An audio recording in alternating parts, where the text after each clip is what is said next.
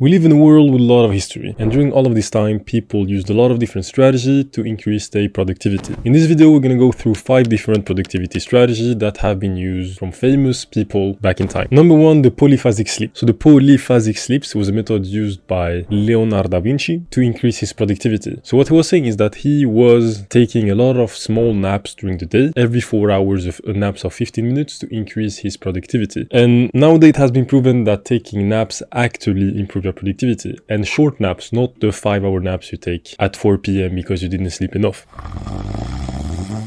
No, I'm talking about having at least 8 hours of sleep to then take 15 minutes nap every 4 hours during the day. By doing this, you recharge your battery, you refresh your brain, and you're ready to work harder and better. There was some rumors about Leonardo da Vinci that he was having 2-hour sleeps every 4 hours and this during 24 hours. I don't know if that's true, there is just some rumors, but apparently he was doing this. I don't know if it's healthy or not, but something I can say is that at least taking a 15-minute naps every 4 hours is something beneficial for you. The second method we're going to talk about is called the chain method. Chain method, a method used by Benjamin Franklin. The point was to make a daily chart tracking his personal goals and habits, forming an actual chain. A chain that he didn't want to break. Do you know this Snapchat streak you're doing with your friends that have literally no point? He was doing the same thing, but instead of sending streaks, he was holding himself to some strict and good habit for himself. So the point here is really simple. You go on your notes and you write down all of the things that you have to do on a daily basis to increase your productivity. Wake up at 6 a.m. Wash your teeth, pray, eat, wash your face, all of this stuff. Work at least 2 hours on this. Work 1 hour on this. Go to the gym at least 1 hour a day. And he was trying to respect this chain on a daily basis to do as much thing as possible. But nowadays it's a little bit harder. We have a lot of different brain root and different things that make this kind of stuff harder. I know that nowadays they recreated this method and called it the don't break the chain method. The only difference is that there is some apps nowadays you can use to apply this method. The point is really simple. Increase your positive habits and maintain a streak.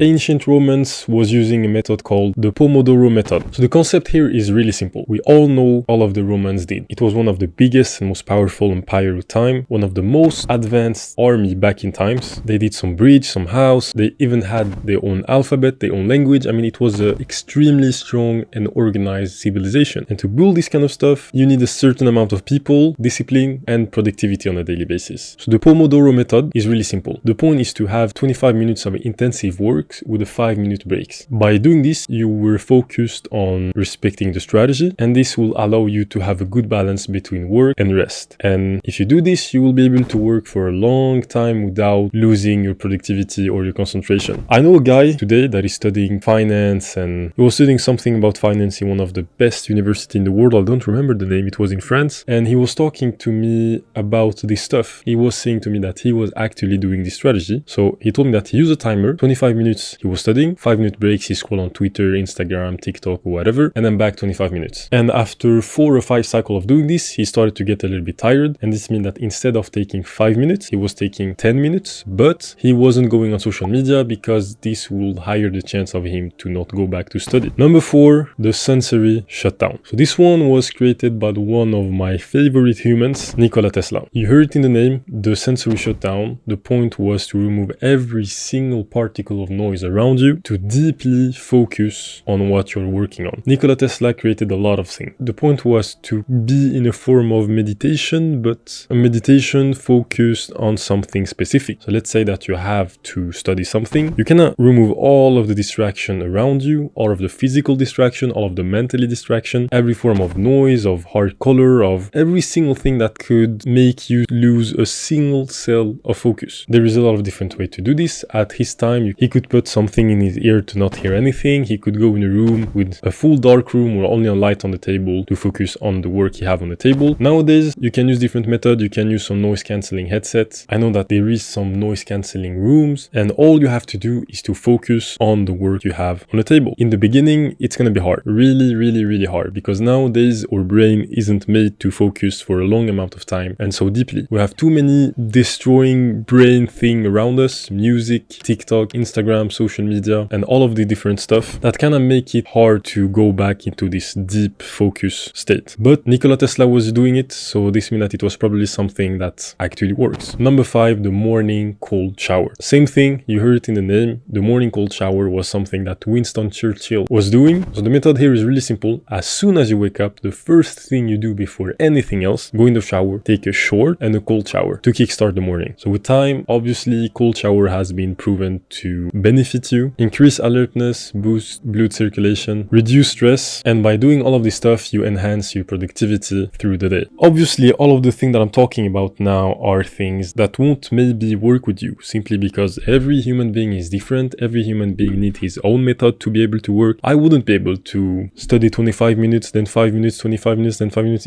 I just couldn't do that. And I like to be free with my movement. So if I want to take a 10-minute breaks and I know that these 10-minute breaks will benefit me, I will take a 10 minutes breaks and then go back to work. But having a strict 25-5, 25-5 is something that simply wouldn't work for me. But maybe it would work for someone else, like my friend, or like you, my followers. Because after watching this video, you can obviously follow me. Because after watching this video, if you're not a subscribers, you will definitely subscribe. As I said, more seriously, everyone has his different methods. And nowadays, we have something that can help you actually finding this method. AI. I know it sounds kind of dumb, but something you could actually do and that I did and it can help me more than what I expected is using AI. Go to AI, explain to AI what is your problem, what it's hard to focus, that you also have it a little bit hard to work on specific subject, maybe you procrastinate, maybe you can't focus, maybe you have hard to learn some new stuff, maybe you have a visual memory, maybe you have auditive memory, maybe you have a different type of memory. I mean, all of the information that impact on a bad or a good way your capacity of being productive, write it all of it down on ChatGPT and try to ask him for a way to do stuff. Maybe it will work, maybe not, but something that is sure is that you're gonna go one step further into your productivity journey. Thanks for watching this video. If you could take 2 seconds to just like, share, subscribe, comment, and subscribe,